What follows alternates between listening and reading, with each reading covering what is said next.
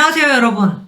그동안 연준은 인플레를 잡기 위해서라면 경기 침체도 불사하겠다라는 말을 정말 여러 번 했습니다. 이 말은 경기 침체가 오면 다들 고통스럽겠지만 그래도 인플레는 잡힐 거다라는 얘기가 되겠죠.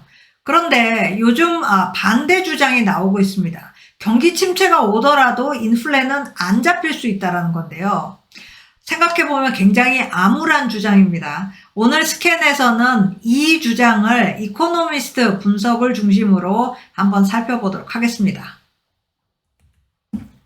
자, 그런데 요즘 경제에 대한 낙관론이 여기저기서 나오고 있죠. 유럽은 에너지 위기를 넘겼다고 안도하면서 10월부터 증시가 상승하고 있고요. 미국은 11월 10일 CPI가 시장 예상보다 낮게 나오면서 이날 하루에만 나스닥이 7% 급등했습니다. 또 중국 정부의 제로 코로나 정책 포기 그리고 부동산 시장 부양 조치가 발표되면서 이 증시에 대한 기대도 오르고 있습니다. 그런데 사실 글로벌 경제 전망은 최근 몇 주 사이에 호전되는 것이 아니라 오히려 악화되고 있는 중입니다. 미국을 제외한 선진국들은 인플레가 꺾였다고 보기 어려운데요. 차트를 보면은 이 차트는 미국을 포함한 선진국의 CPI 추세입니다. 헤드라인은 약간 꺾인 것 같이 보이지만은 근원 CPI는 굉장히 끝이 날카롭게 계속 올라가고 있다는 거 볼 수 있습니다. 자, 우리는 올해 내내 경기 침체를 걱정하면서 보냈습니다. 그런데 사실 선진국 경제는 작년 9월부터 올 9월까지 1년간 1.3% 성장했습니다. 경기 침체가 아니었다라는 얘기죠. 물론 굉장히 높은 수치라고 볼 수 없지만 그래도 분명히 성장을 한 겁니다. 같은 기간 OECD 실업률은 1%포인트 하락했고요. 유로존 실업률은 더 낮았습니다. 사상 최저치 기록했습니다. 자, 선진국들의 소비 지출도 강세였고요. 그런데 드디어 이 경기 침체가 현실로 나타나기 시작하고 있습니다.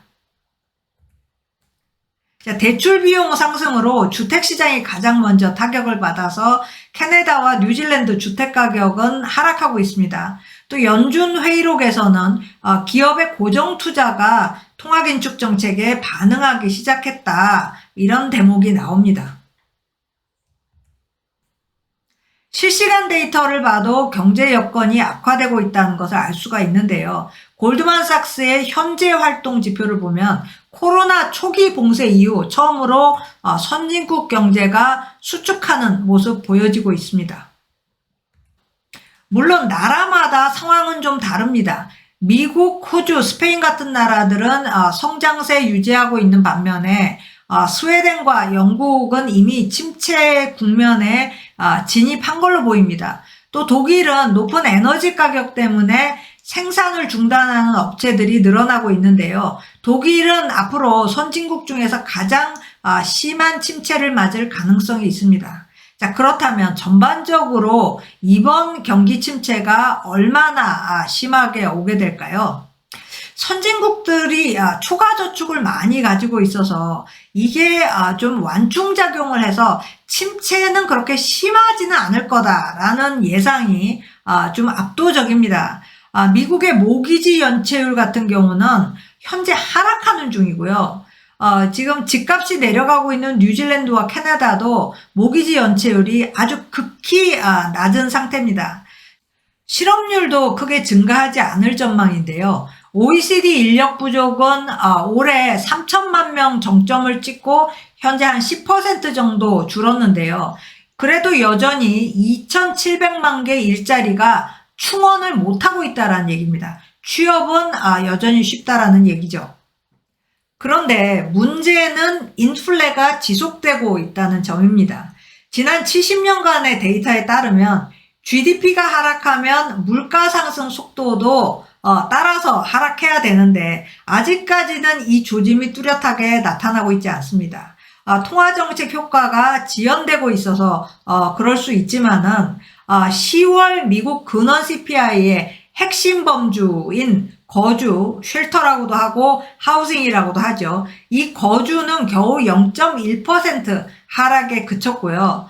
거의 모든 선진국들의 근원 CPI는 하락이 아니라 상승하는 중입니다. 게다가 인플레의 세 가지 차원이라고 할 수 있는 확산폭과 임금 그리고 기대가 모두 더욱 견고해지고 있는 중입니다.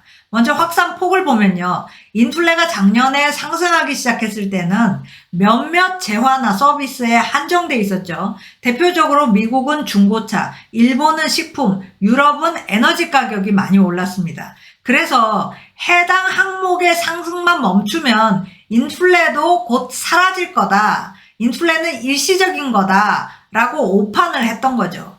그런데 작년 6월 연 인플레율이 4% 이상인 재화와 서비스가 전체 이 인플레 바스켓의 60%를 차지했는데 지금은 67%로 오히려 늘었습니다.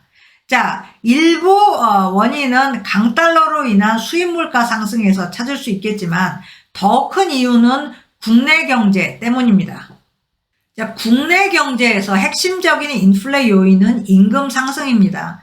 미국의 임금 상승 속도는 다소 둔화되고 있는 모습이지만 유로존 임금은 계속 상승하고 있습니다. 아일랜드, 프랑스 임금 오르고 있고요.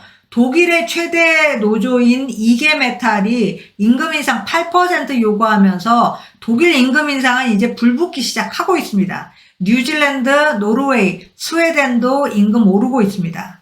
자, 이렇게 경기 침체로 진입하는 마당에 임금이 오른다는 것은 사실 굉장히 보기 드문 현상이죠.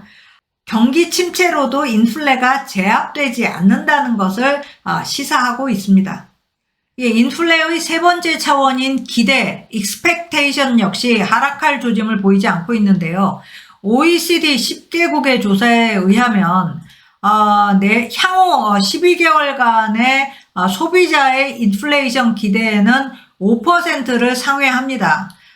또 클리블랜드 연준의 조사에 따르면 미국 기업들의 향후 1년간 인플레 기대에는 7%에 달해서 2018년 조사 시작한 이래 최고치 기록하고 있습니다. 자, 이렇게 모든 인디케이터들이 경기 침체에 진입하는 중이다라고 가리키고 있는데도 높은 인플레가 유지된다는 것은 경기 침체가 생각보다 장기화될 가능성이 높다는 것을 의미합니다. 이 얘기는 다시 말해서 기업들의 실적 하락도 이제부터 시작될 거다. 본격적인 실적 하락은 이제부터다. 라는 얘기가 되겠죠. 이런 상황에서 경제를 낙관하는 것은 상당히 위험할 수 있다라는 것을 유념할 필요가 있겠습니다. 자, 오늘 스캔 여기까지입니다. 고맙습니다.